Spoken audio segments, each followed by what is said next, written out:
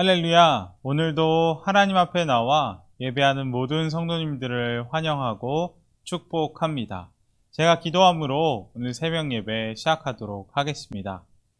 하나님 감사합니다. 오늘도 저희를 잠에서 깨워주시고 하나님 앞에 나와 예배하게 하시니 감사를 드립니다.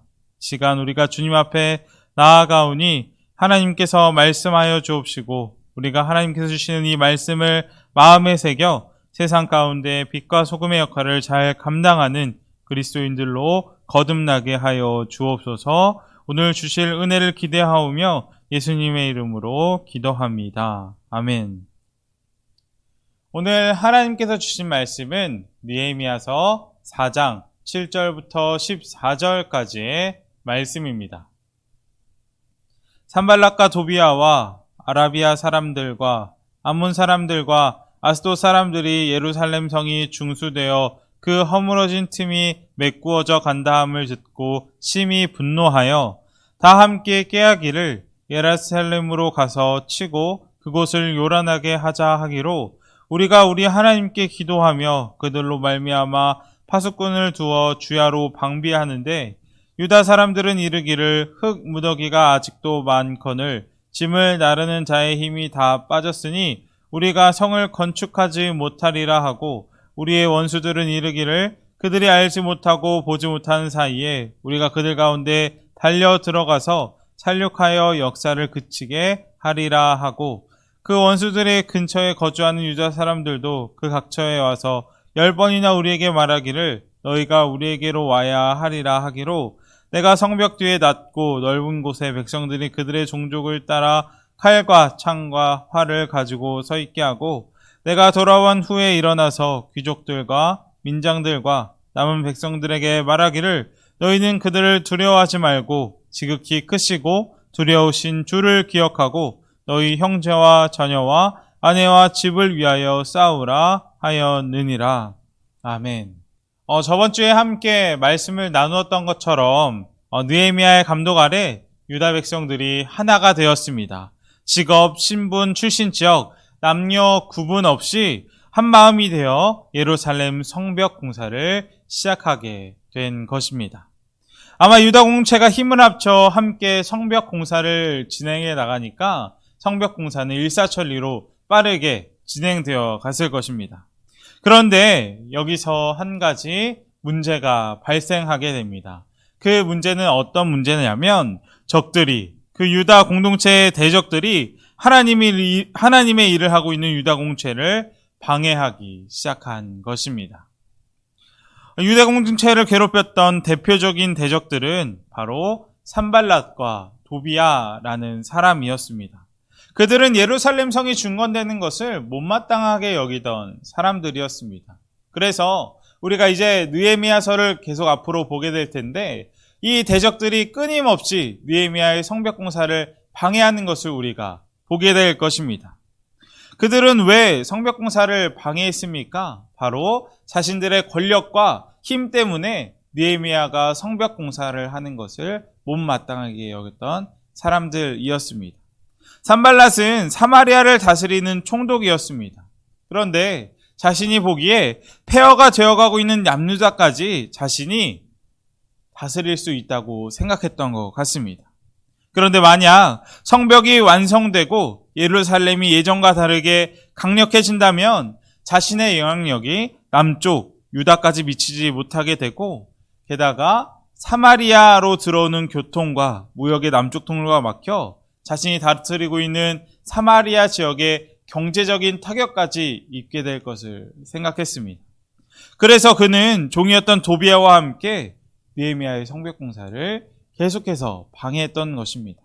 그래서 오늘 본문 1절 이하의 말씀을 보면 산발락과 도비아가 성을 쌓는 사람들에게 가서 조롱하고 비웃는 것을 우리가 확인할 수 있습니다. 먼저 산발랏은 성을 쌓는 사람들에게 이렇게 비웃습니다. 힘도 없는 유다 백성들이 도대체 무슨 일을 하는 건가?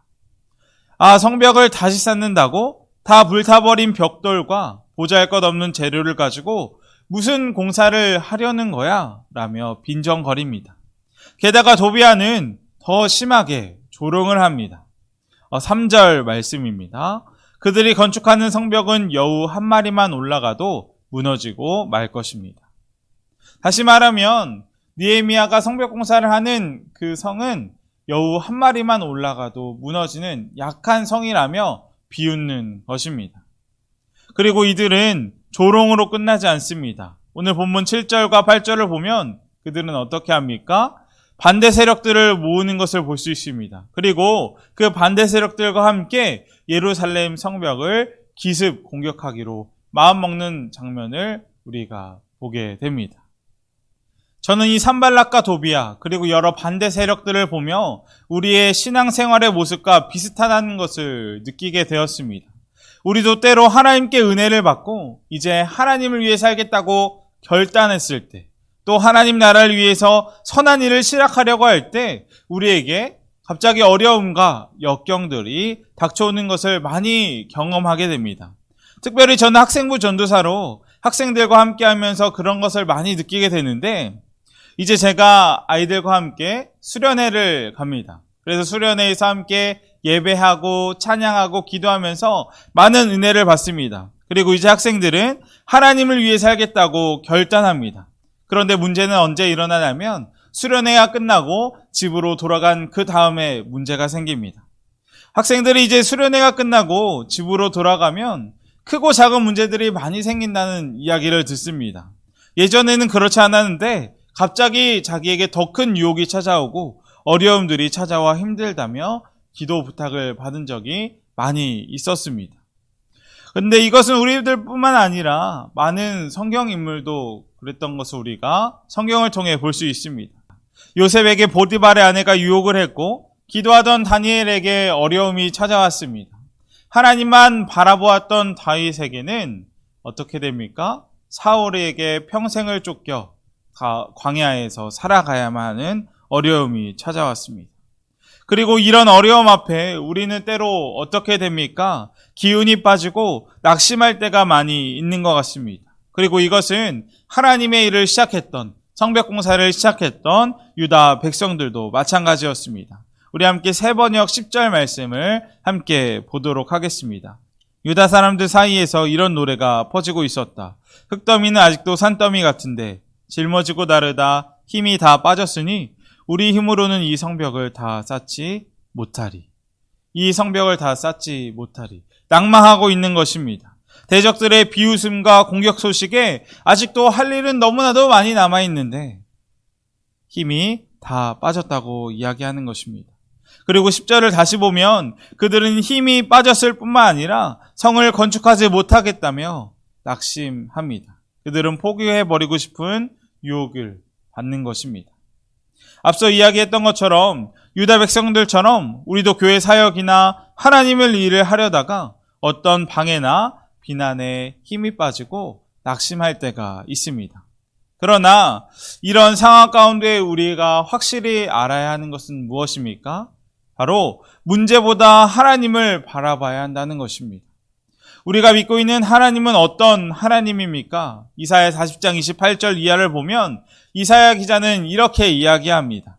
오직 여호와를 앙망하는 자는 새 힘을 얻으리니 다른 박질하여도 곤비치 아니하겠고 걸어가도 피곤하지 아니하리로다.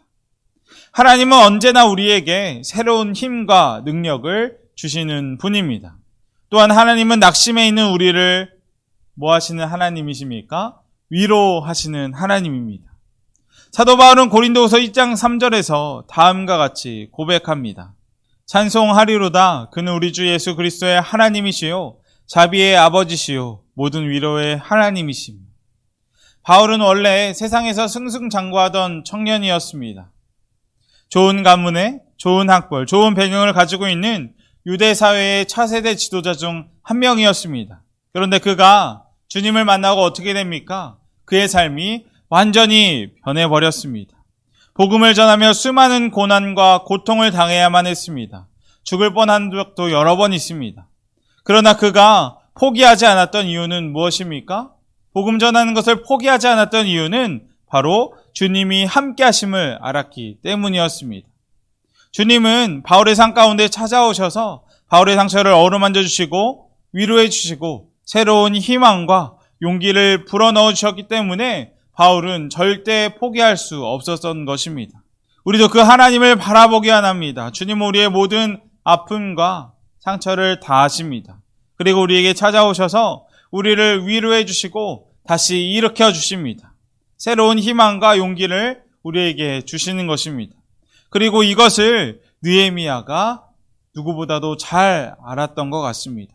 언제나 새로운 힘과 능력 주시고 힘들 때 찾아오셔서 위로해 주시는 하나님을 확실히 믿으며 나아간 것을 오늘 성경을 통해서 볼 수가 있습니다. 그래서 느헤미야는 대적들의 공격에 낭망하거나 낙심하지 않았습니다.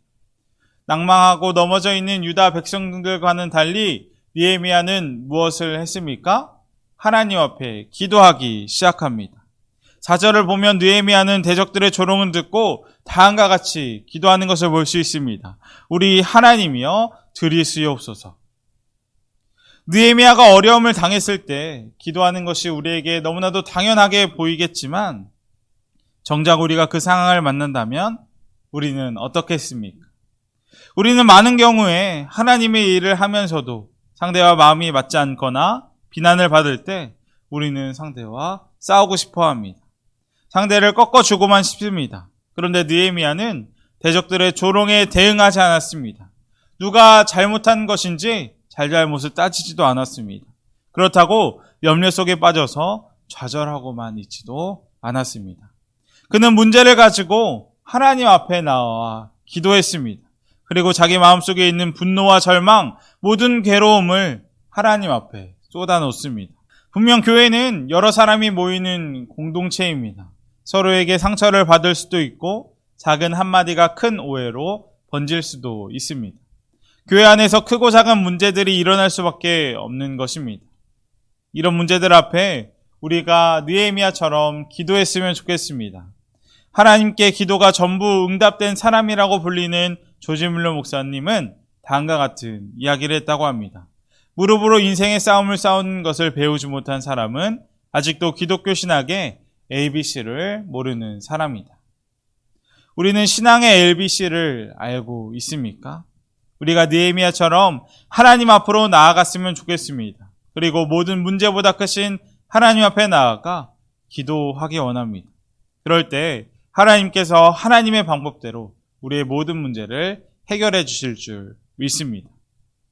두 번째로 느헤미야는 대적들의 공격에 현재의 상황에 맞춰 최선을 다해 성벽 공사를 진행한 것을 볼 수 있습니다. 느헤미야는 기도만 하면서 가만히 있지 않았습니다. 그는 기도하면서 자신이 마땅히 해야 할 일에 최선을 다하는 것을 우리가 오늘 본문을 통해 볼 수가 있습니다. 다시 말하면 그는 기도하면서 현 상황에서 성벽 공사를 끝내기 위해 최선의 노력을 다했던 것입니다. 그것은 4장 17절을 보면 잘 알 수 있는데 건축하는 자와 짐을 나르는 자는 다 각각 한 손으로 일을 하며 한 손에는 병기를 잡았는데 느헤미야는 기도하면서 언제 적들이 쳐들어올지 모르므로 방비하는 일에 게을리하지 않았습니다. 그래서 일하는 자들에게 한 손에는 연장을 다른 한 손에는 무기를 들게 했습니다.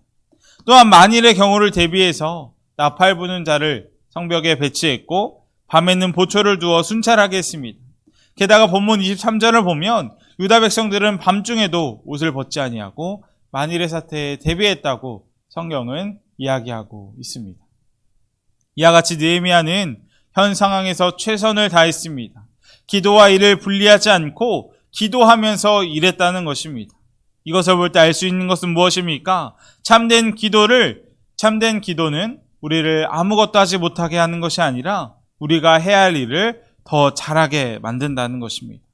따라서 우리는 기도할 때 그 문제를 해결하기 위해 우리가 할 수 있는 한 최선을 다해 노력해야 할 것입니다. 예전 무디 목사님이 배를 타고 대서양을 건너는데 그 배 안에 화재가 발생했다고 합니다.